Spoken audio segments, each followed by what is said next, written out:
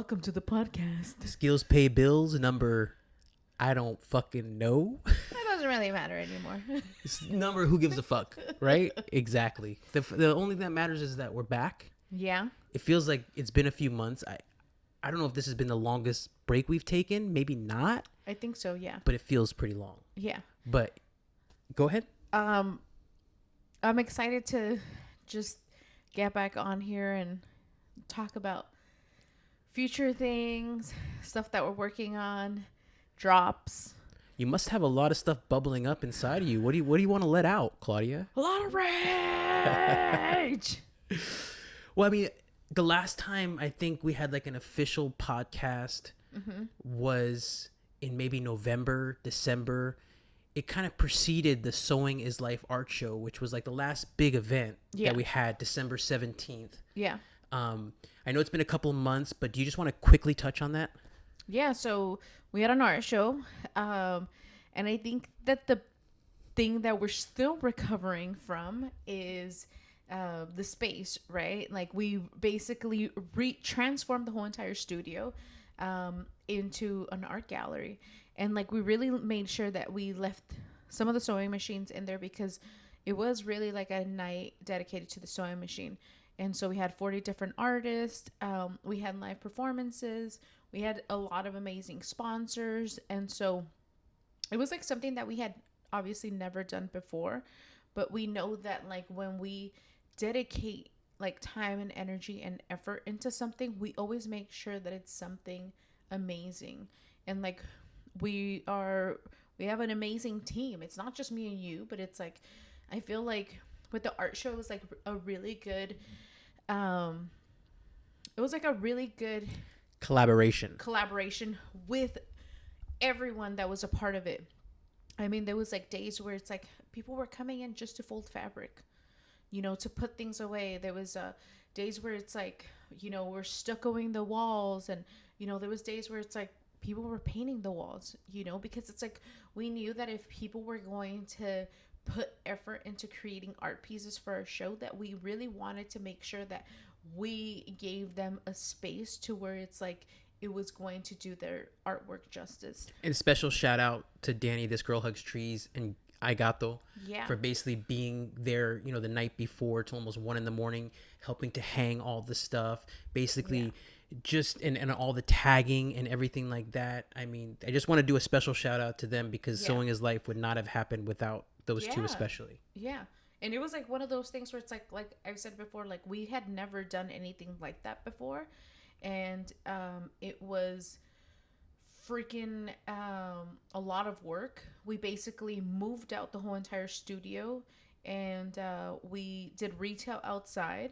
And, you know, we're still at this moment right now, we're still slowly moving things back in, you know, but it's like it gives us the opportunity to be able to like decide how do we want the sewing studio to look now, knowing how we could accommodate like our customers, how we could accommodate our friends, how it continues to be like an inviting environment for people.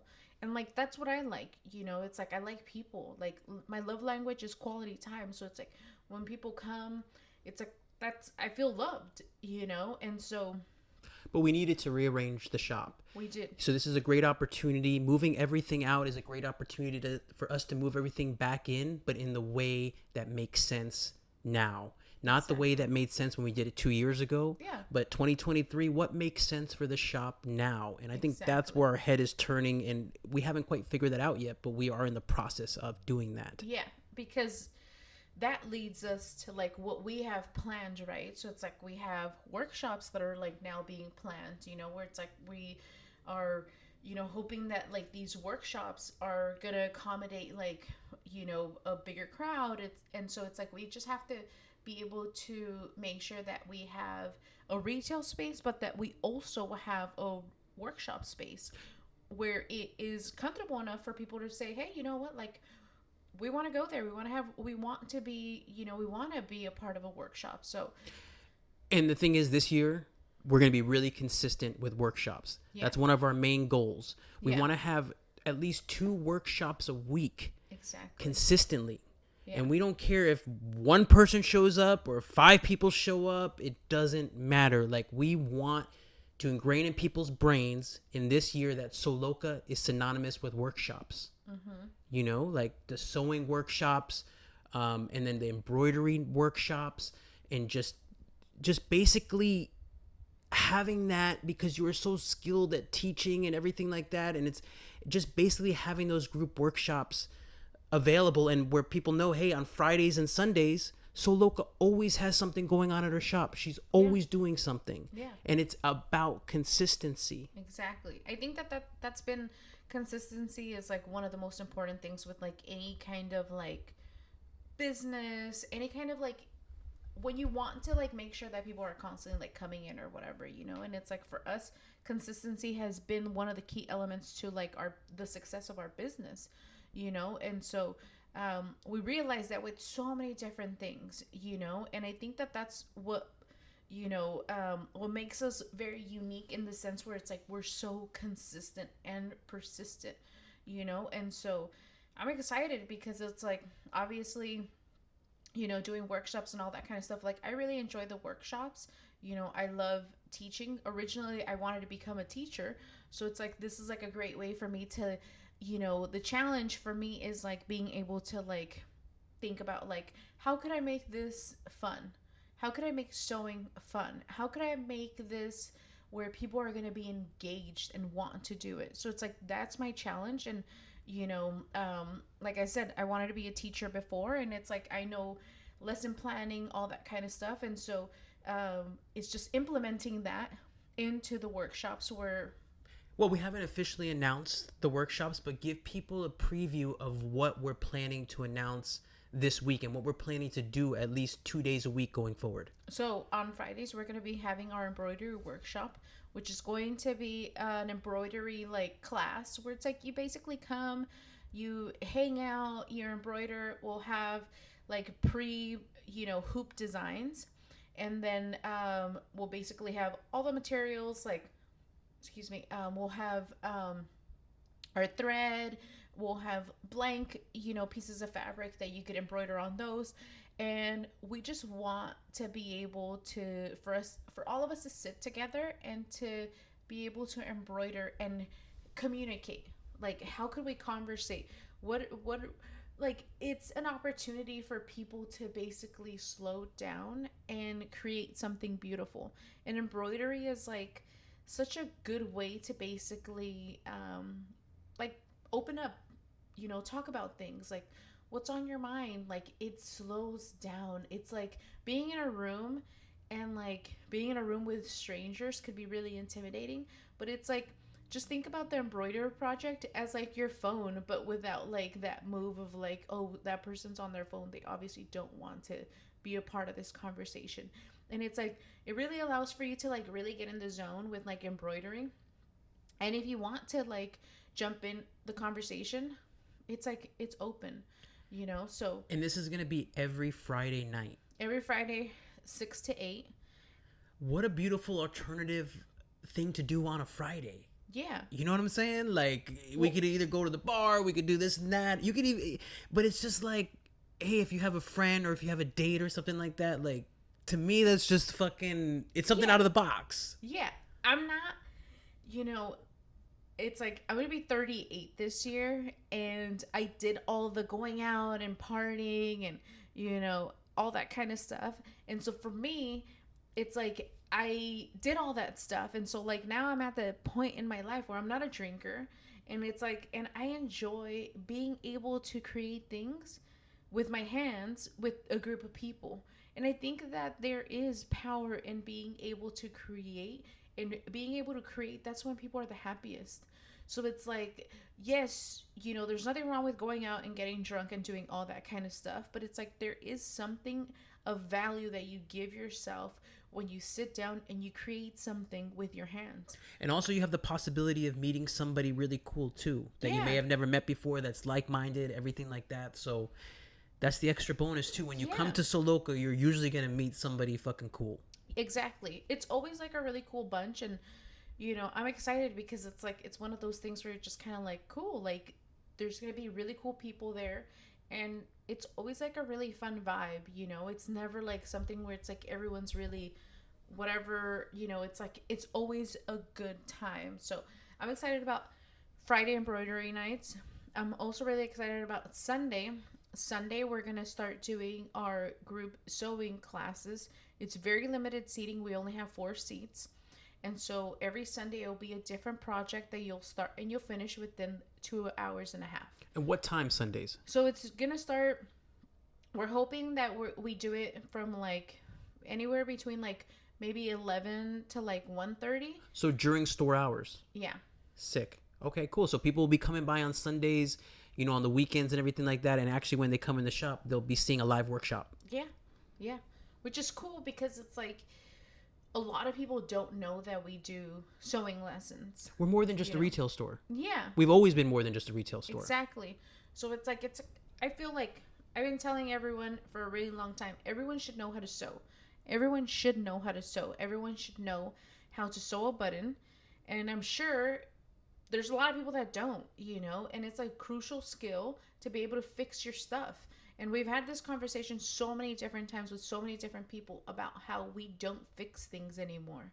How we're so kind of like in this space of like, oh, just get another one. It's more convenient to get another one than to actually like not be lazy and fix it.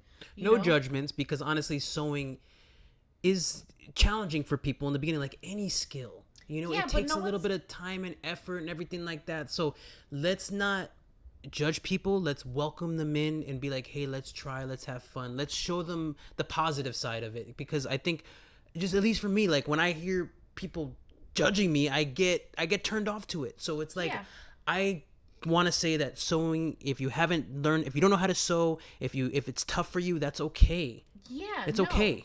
And I think that the reason why people find it tough is because they've never had the proper guidance, or their idea of what sewing is not what it is. It's like everyone has this idea of like sewing has to be perfect and sewing has to be this and sewing has to be that, and that's not my approach. My approach is, hey, you know what? You're going to come and you're going to sew today. We're going to have a good time. Mm-hmm. It's not about perfection. Perfection, I haven't perfected perfection with sewing. And you never will. And I never will. And I will never be fucking the best at it. And that's fine. But it's like what makes it freaking fun is that you're learning something every single time that you're sewing. And and so that is like one of the things, right? Where it's like you could easily be like, well, sewing, you have to sew straight lines or else it's not good, or else is that this or that. And it's like, don't put like these, you know, excuses like as like a roadblock for you actually learning something that could change your life, you know? And so that's how I approach sewing. It's like, you know, there's people that they're you know, that they want to like create like these freaking things where it's like they've never sewed anything in their life. And most people that want to learn how to sew, they're very ambitious. And I like that. And we want to keep that ambition alive. But you need to freaking crawl before you walk, before you run, before you start doing fucking Ironman fucking marathons. 100%. So it's like with the proper guidance, like people could enjoy sewing. And that's where I come in. It's like, I want for you to enjoy sewing. And for there to be like different things that you could do, that you could implement in your sewing journey, to where it's like, hey, everything's very basic and simple. But there is people that want to overcomplicate things. And that's where we kind of break it down. And we make you see the picture in little small pieces. So it becomes a little bit more, you know, bearable for you to like get through it. 100%. And you're really good at that. Yeah. Because I am one of those people that overcomplicates everything. Mm-hmm. And I'll have thought it in my mind a million times before I've even picked up this. Even before I even sat down on the sewing machine, I will have went through a million different scenarios of why I'm going to not be good, or what the roadblock is going to be, or this and that. But Claudia, you're very good at, like, at least with me, taking me out of that. Like, that's been the biggest thing that I've seen of you, and that the biggest thing that I respect of you is just that you charge towards things with no fear. And it's but like I'm so lax. No, it's not that you're lax. It's just that, you know what I'm saying? Like, you're just down for the challenge, and it's like Whereas I would sit there and just fucking, my anxiety would go crazy. I bite my nails and be thinking about the fucking million different scenarios. It's like, you're just like, you're already finished. By the time I'm still thinking about it, you're already done. You know? And it's like, that's a fucking thing that I will always respect about you. But I think, I know that that's the reason that you're so fucking successful. Well, I think that like really stems from being childlike, right? Like having that mentality of like, what is childlike? Like what I am constantly in a childlike mentality where it's like my state of mind is always, especially when I create and when I'm in the studio, like I imagine myself as a kid and like being able to like have all these things and being like, oh my god, this is all the stuff that I ever wanted as a kid. What can I create with it? You know, and it's like, and I think that when you have this childlike mentality of like, wow, you know, it's like don't you don't have these fears like an adult does. As adults, we kind of like, we're like, well, what are people gonna think about me? What are, you know, and this and that, and it's like, and that could be very debilitating, you know. And it's like, and to me it's like, I think I really like always think about that time, you know, when I, you know, met, you know, this girl, like, which was my best friend in middle school, and she was like, you shouldn't give a fuck about what people think about you. And I remember I was like 12 years old, and then all of a sudden the next day I went back to middle school and I was like fully fucking goth, and I was like, yeah, you're right, I shouldn't give a fuck about what anyone thinks about me. And you know, I'm sure I'm sure your mom didn't like that girl. my mom was like, what? But it's like, you know, and like, I'm glad that happened, that like my mind was able to basically be like, yeah, you're right, I shouldn't care what people think, because guess what, like, if I cared what people thought, like, I would never fucking be able to fucking make these stupid, silly fucking Instagram videos, and I would never be able to get up in the morning and be like, today I want to do this, and I would never be able to be my true self. We would never have Sew Loka. I mean, because it's the one thing that sets you apart from everyone else. You know, all the peanut gallery or people that maybe see your videos and chuckle with their friends and look what she did, she looks goofy, this and, but they'll always be the ones commenting. They'll never be the ones taking those chances because they're so used to, they don't want to hear that same criticism that they're giving out, you know. It's like, but you, it's like you float through it, dude. You float through it. And to me, I'm like, I love that shit. I really don't. It's like, life's way too fucking short. Way too fucking short. I've lost a lot of friends this year, you know, this past year. And it's like to not be your true self, or to fucking hide yourself behind some fucking shit is it's not worth it. It's tragic. It's like, you know, there's something beautiful in us, in all of us, that makes us so unique, but it's like we want to be accepted by people, and we hide that fucking weirdness that we have. And it's like, and that's sad.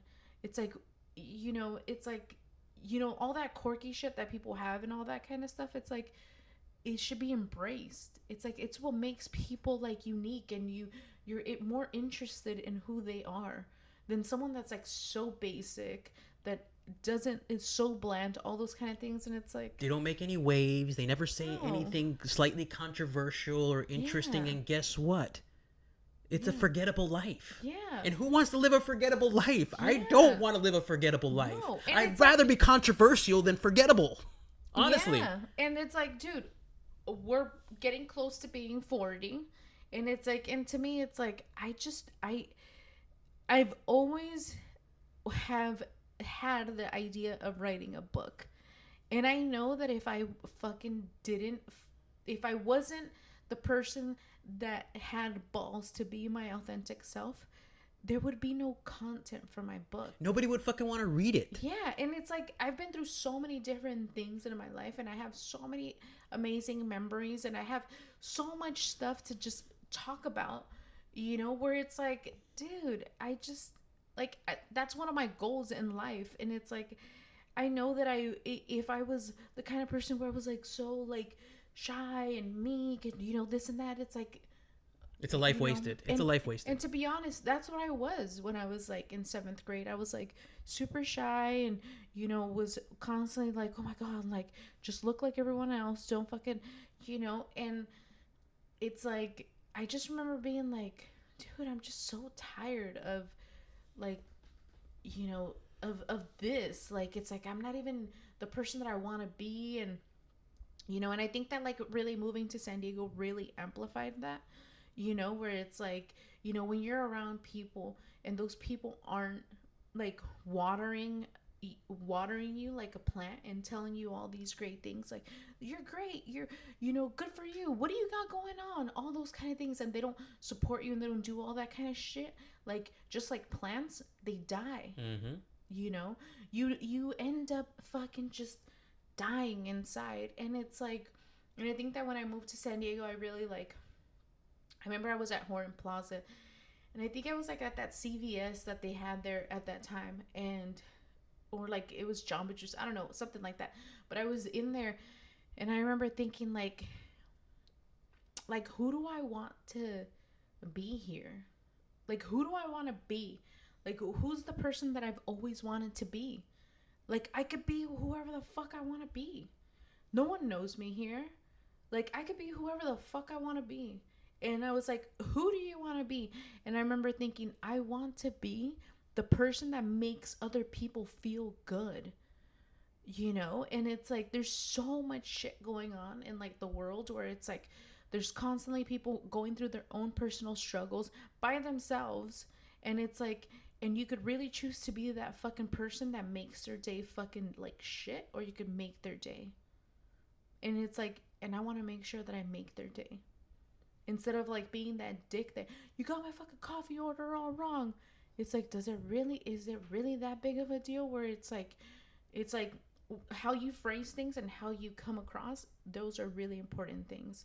But it's like to make someone feel less than is probably one of the worst things that you could do to someone. And it's so transparently comes from insecurity. Yeah. And it's like, I'm not saying that. I'm saying that because I know I have those moments all the time, like where I get stressed out, I get quick tempered, I get all these things, and when I reflect on it, it's because I was feeling terribly insecure at the moment, or I saw something that made me feel this way or this way, and it's like, and that's how I know I could see it in other people, because I know it's within me too. Yeah, but it's like,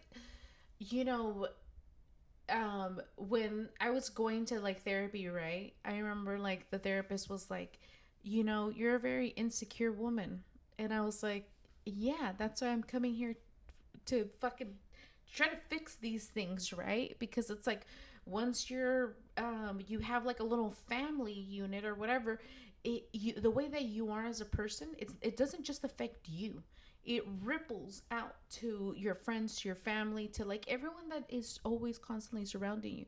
So I remember she said, if you do not change these things about you, your daughter will start to see all these things, and she will pick up these things.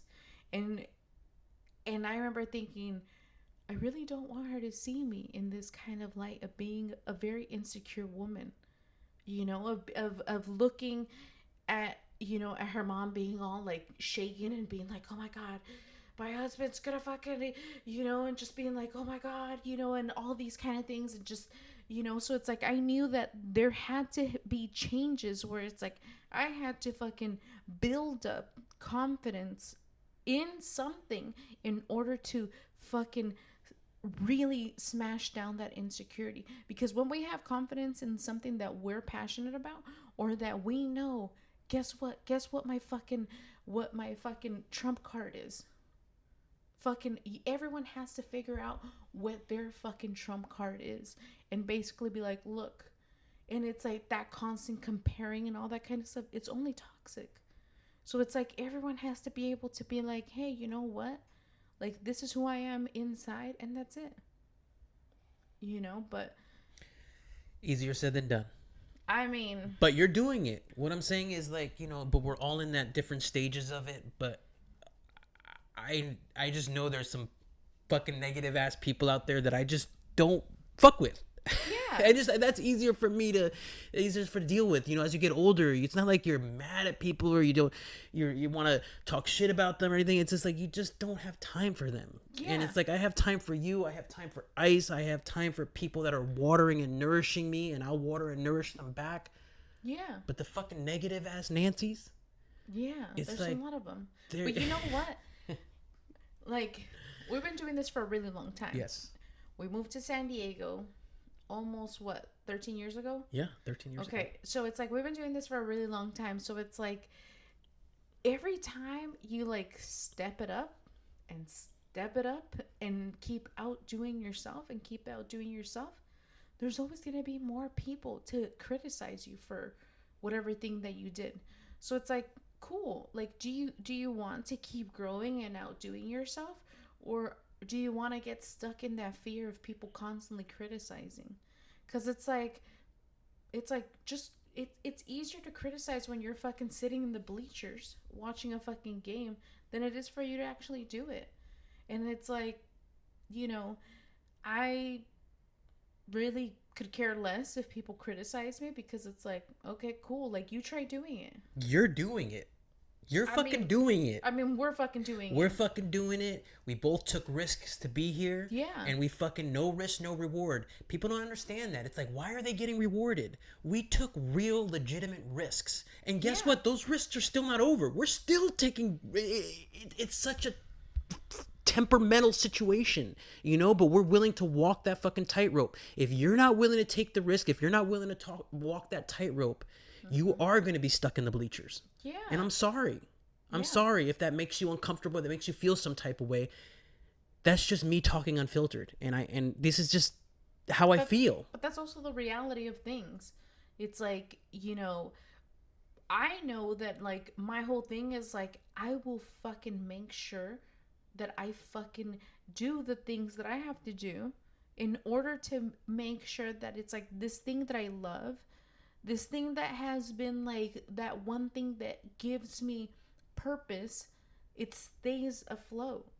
So it's like when you love something so much, you're willing to do things that, like, I'm not fucking saying like I'm willing to fucking go and do some fucking gnarly ass shit, but I'm saying like you're willing to fucking work fucking 16 hours a day. You're not gonna let anything take it away from you. We saw the pandemic and all that shit coming for it. We saw like the pandemic was a big black cloud that was coming for our fucking business. That's what it felt like. It was coming for our business, and it was gonna take away the thing that we fucking love.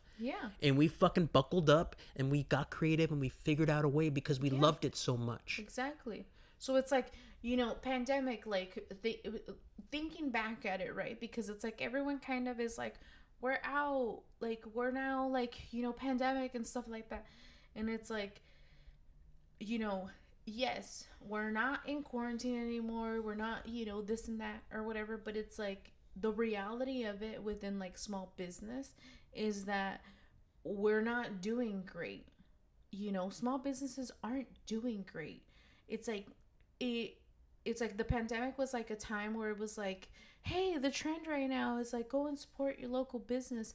But it's like local business and small business, it truly is like the heartbeat of communities. When you don't support those small businesses, what ends up happening, it creates a ripple effect. So it's like right now, it's like it's predominantly brown owned businesses by women. These are all women-owned brown businesses here. Oh, here, here in this community. Yeah. So it's like, if one of these businesses closes, it allows for the opportunity to someone else to come in. So it's like that's why it's important to continue to support these small businesses, because there is a really high chance that that businesses can't survive a recession, that they can't survive a pandemic, so it's like it's important to be able to say, hey, you know what, these are the businesses that I want to support. But businesses on this block did survive a pandemic. They didn't just survive a pandemic, they thrived during a pandemic. Yeah, they did. Vendors became stores, things were happening, things were moving on up. Yeah. Right now, why it's so tough is because we're not quite in a pandemic. So like you said, the trend is not like support small businesses. It's not on everybody's mind. Yeah. But the reality is is that we're still in a fucking very tumultuous time for small businesses and for uncertainty and all this stuff, and who knows what's coming. Yeah. Okay, we none of us know what's coming, but we all have little hairs that stand up on our arms. We all have intuition. Yeah. And it's like our intuition, I think we have a good track record. Yeah. Is what I'm saying when it comes to how we were during the pandemic, getting our outdoor business permit, getting everybody basically inspired to be like, hey, we need to have a sense of urgency, you know? And it's like we're both feeling those same feelings again. Yeah. You see it not just within like the news or anything like that, but you see it within our own sales. And you start to compare it with what it was for last year and what it was during the pandemic. And during the pandemic, everyone was like, they had their little stimulus check and they had their, unemployment and all that kind of stuff. And everyone was like, wow, let's go and let's support small businesses. And it's like right now, everything's fucking expensive. And people are, in all reality, they're afraid that we're going to go in a recession, and they're like, I should save. Exactly. They're not spending. And it's like, and that hurts small business 100%, because then you're just kind of like, oh shit, like you see it in the sales, you see it, like we're seeing it, and that's it becomes like something where you're just kind of like, oh my god, like it's more of like that sinking feeling of like, oh my god, like we're going to go into something, and so how can we creatively figure out something to do to where we could obviously like survive something. And that is the only way we are going to survive, through our creativity. Yeah. That's it. Yeah. That's the only fucking way of saying like, hey, like not folding, not saying, oh my god, it's going to be a recession, what do we do, people are not spending, let's actually not invest in our business, let's find some other job to work or this and that. No, it's like, what is that idea of what is that fucking what reason are you going to give to people to like be, hey, come to the block, come support. You can go in a million different places. This is such a beautiful city with so many fucking great neighborhoods, so much shit going on. What are you going to say to San Diego and people visiting San Diego? What's your message to them for them to come here? Not only just to come, but saying like that sense of urgency where they need to come, that fucking fire in their belly that makes them come and want to, even though they're going through a recession too, they understand that by giving to these small businesses, it's going to ripple effect to them too. Exactly. It helps everyone when you keep the small businesses afloat, because even before the pandemic, even before this recession, small businesses were being crunched by these fucking Amazon, Walmart, name them. Yeah. And they're only have gotten richer and only more wealthy during the fucking pandemic. So it's like, you really, really, really have to not only be creative, but you need to cooperate with each other. You need to have cooperation and just put egos aside and just figure out a way like, hey, we're all in this together again. We've always all been in this together. Yeah. But it's like people forget. So it's like reminding them like, hey, how do we get through this together?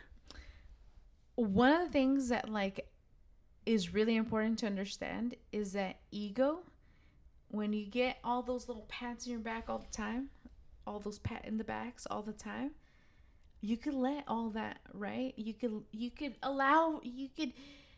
bask in that for a little bit. But you have to be able to understand that it really doesn't mean anything. It goes away quickly. It goes away very quickly. And it's like have accomplished a lot of amazing things and have been and I've had a lot of amazing opportunities, and my ego could be super gigantic if I really let it fucking get there. But guess what? It's like at the end of the day, it's like you could be right on your ass again. Quick. Those pats will stop so quickly. I've seen it happen. So the whole thing about that is that it's like building that ego is one of the things where it's like it comes with like the praise and it comes with all that kind of stuff, but it's like you can't allow your ego to grow ever, because guess what? it's like you always have to have this humble fucking thing where you're like, okay, you know, and it's like, for me, it's like people have always been like, oh, you know, you're so humble and this and that and all this kind of shit, like you should fucking, you know, flex and this and that, and it's like, you know what, it's like, I don't have to fucking do that. That ain't I us. know what I have under my belt. I'm okay, you know. But it's like, it is one of those things where it's like, ego destroys so many things. It's destroyed friendships. It's destroyed a lot of relationships. And it destroys communities. You know. And so for me, I've always been the kind of person where it's like, you know, I'm very nice, but you also have to remember what's on the other side of that coin. As much niceness as there is, there's also that really, really fucking shitty part about that.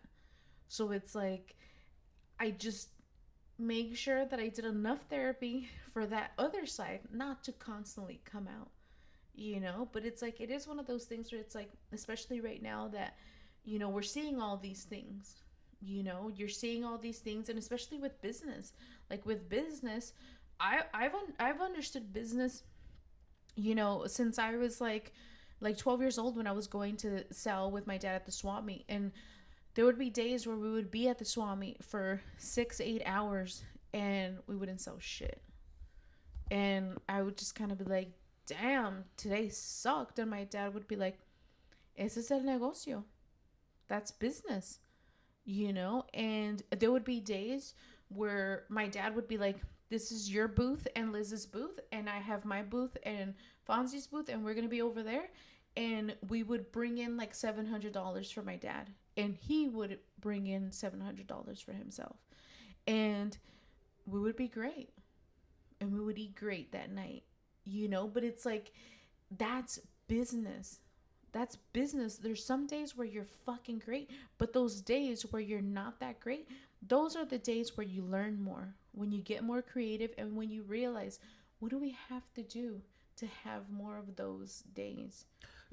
Only if you self-reflect during those times, though. But if it gets dark and then you start attacking other people, or if you start putting that negativity outward, like, that's not good. But I mean, yeah, like, those dark times are a time for fucking self-reflection and improvement. Yeah. You know? No, but yeah. It's a lot. Yeah. You know? And I think that, you know, we're going to be really consistent with these podcasts going forward. You know, we're going to try to do it every week. And because we know it's fucking crunch time. We know it's fucking crunch time. Yeah. You know? And it's like, we said the workshops. Like, we're going to do those workshops consistently. Right? What about wholesale?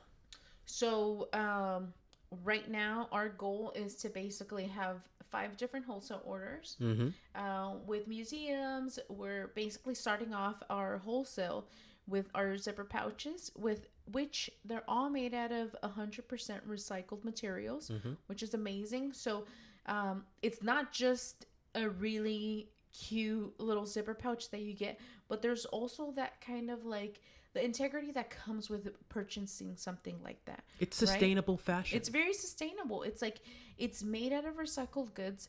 All of the zipper pouches are made out of swatches that you get from like an upholstery store or whatever. And so it's something where it's like, it has like a full story, and each zipper pouch is one of one. So you never see the same one ever again. And they're created in a San Diego sewing studio. Yeah. And it's like, it's such an easy sell. So it's like, right now we're in the process of basically, we're gonna do something crazy because that's on brand. 100%. And we're basically creating some samples, and we're just mailing them out, and we're saying, hey, here are some free samples, and if you like it, you know, it's gonna have our bio, it's gonna have all of our information. It's gonna say why this is an easy sell for them. And not just California.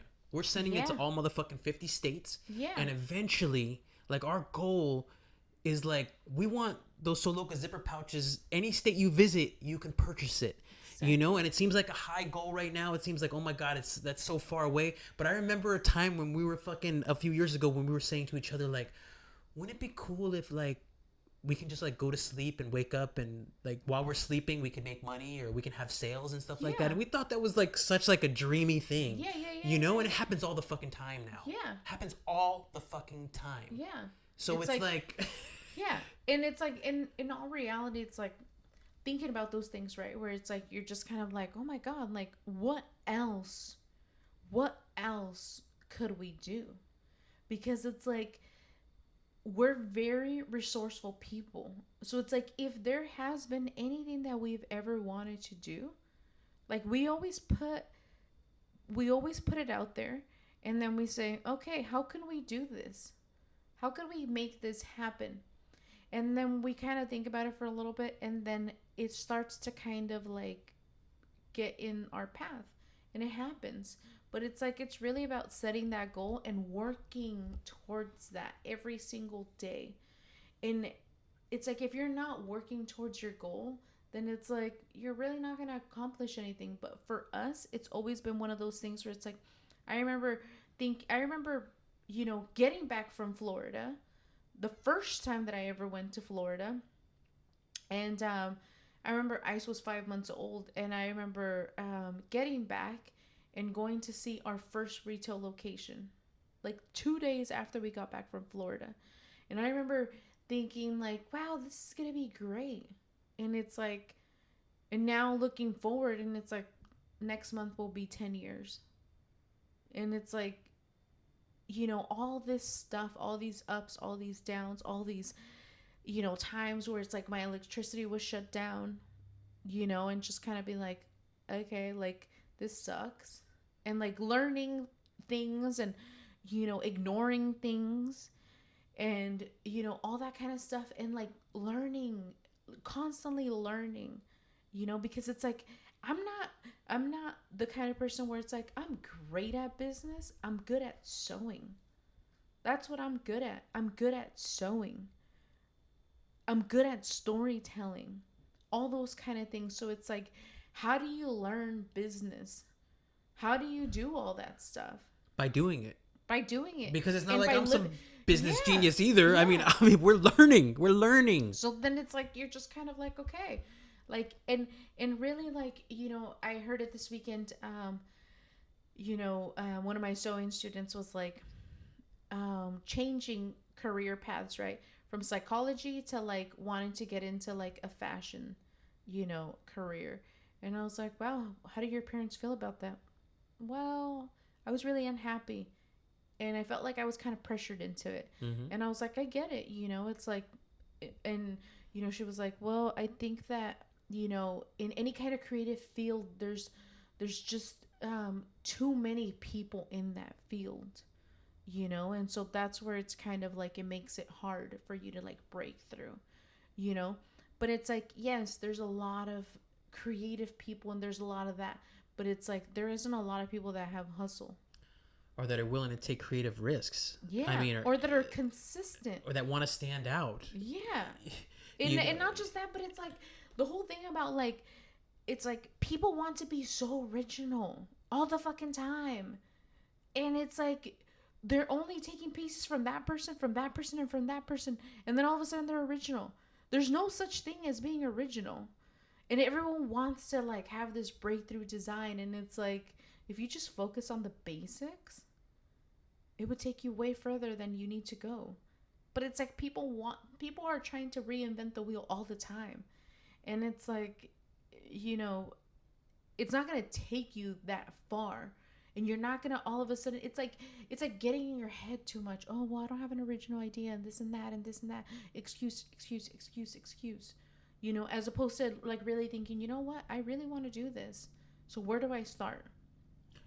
I love that, but I also love people that take big swings too. Oh, yeah. I love people that take big swings, and even if they miss, like, you know, I do appreciate people that want to do something completely different. Yeah, as well. I mean, those people deserve respect too. Yeah. No, yeah. But I know what you're saying, that everybody wants to be that. Everybody wants to be that. Yeah. But, you know, you have to learn the rules before you break them. Exactly. So, we talked about workshops. We talked about wholesale. The last thing, it was a WWW thing. So the last thing is weekends. Because we mentioned it before, within the last 6 months or more, like, in all honesty, it's been very dead on the block. It's kind of died down. That's the reality of it. Nobody's fault. It's just basically, it is what it is. Well, there's some fault. It is what it is. It is what it is. So it's like, how do we change that for ourselves? Exactly. Yeah. That's all we could do. We can't change things for everybody, because that's where ego gets involved. You think, oh my God, I could do this for everybody. It's like, no, like, how can we change it just for ourselves? Yes. And like we said, I don't want to be in any kind of position of like leadership or anything like that. Like, I really like where I am right now, where it's like, I get to focus on like my business and like creating like events in my business and doing all that kind of stuff. Yes. Do I feel some kind of like feeling to like my friends that also have businesses here? I do. I know that we have an active, like a very, very engaged platform, thanks to you. And well, both. We have a very engaged platform. So it's like being able to use that platform to basically like, tell our story of like, hey, it's not just us that like are in the same similar boat where it's like we're bracing ourselves for a recession. It's also our friends. And it's also people that are community members. And it's also people that you see every day. And it's also your cousin. And so these business owners, they're not just business owners.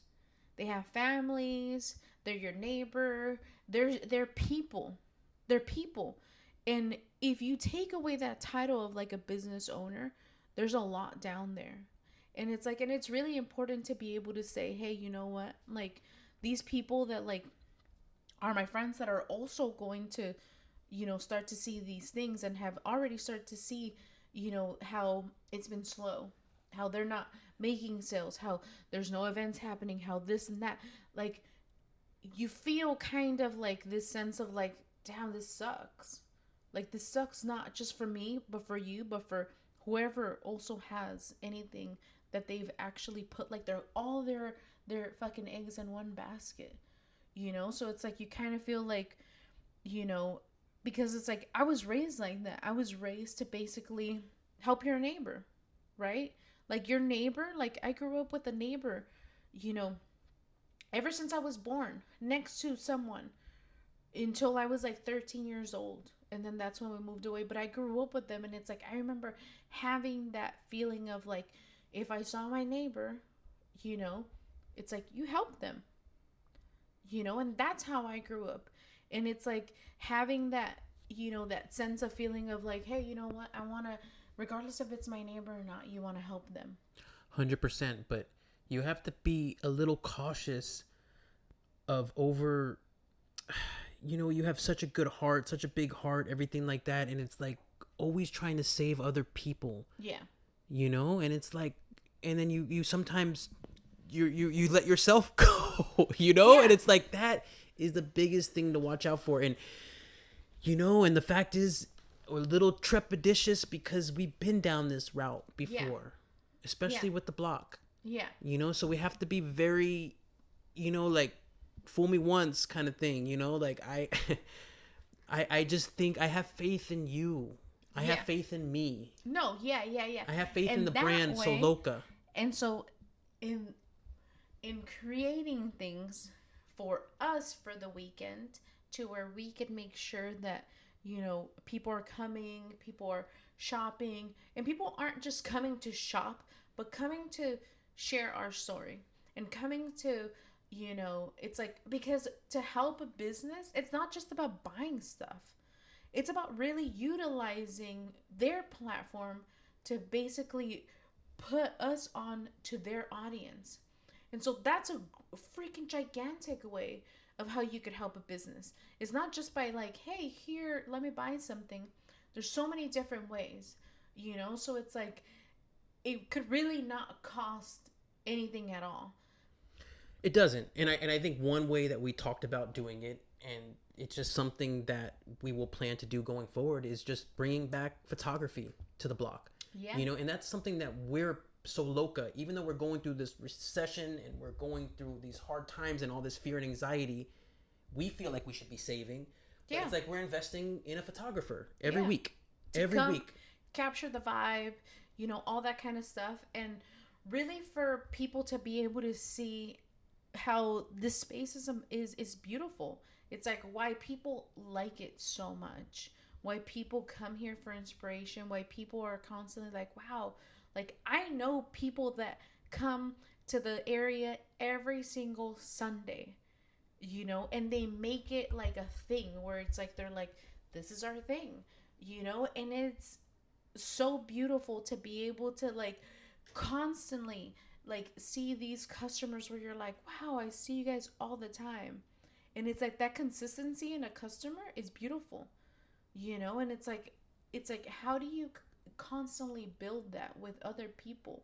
It's like I have people that, again, on a Sunday, they come out every Sunday and they have a newborn baby, and it's like, and I've seen that baby grow within 4 months. So it's like I could only imagine what that baby's gonna look like when it starts to walk. And I get to experience that because these are loyal customers that are that they see value in a brand, value in a person. Someone's making them feel welcomed in the space. And for me, it's like that's so important. It's so important to be able to have a customer that you're being able to interact with like that. And those loyal customers are awesome. They're amazing, but they're also rare. Yeah. You know, most people need reminders. They need a reason to come out. Like I said, this is a beautiful city. So much to do. Mm-hmm. What's the reason to come here every weekend? Exactly. And it's like, you know, what we can provide is, like I said, our following. We could use photography. We can use all those things, our platform. And we could post consistently because you could say whatever you want about us. You know, we all have our flaws. None of us are perfect, but we are fucking consistent. Exactly. We are consistent. We are creative. We have good ideas. Mm-hmm. And we do what we say. And we say what we do. Yeah. And it's like, yeah, we're not perfect, but it's like, you want somebody consistent that's going to do something every week? Look at what we did with Walk the Block. Exactly. For how many years? We built that out of nothing, out of thin air. Yeah. And with so much resistance against it. But guess what? Our greatest strength is that even with all that resistance, every week, post, come out and support all the small businesses and the artists in Barrio Logan.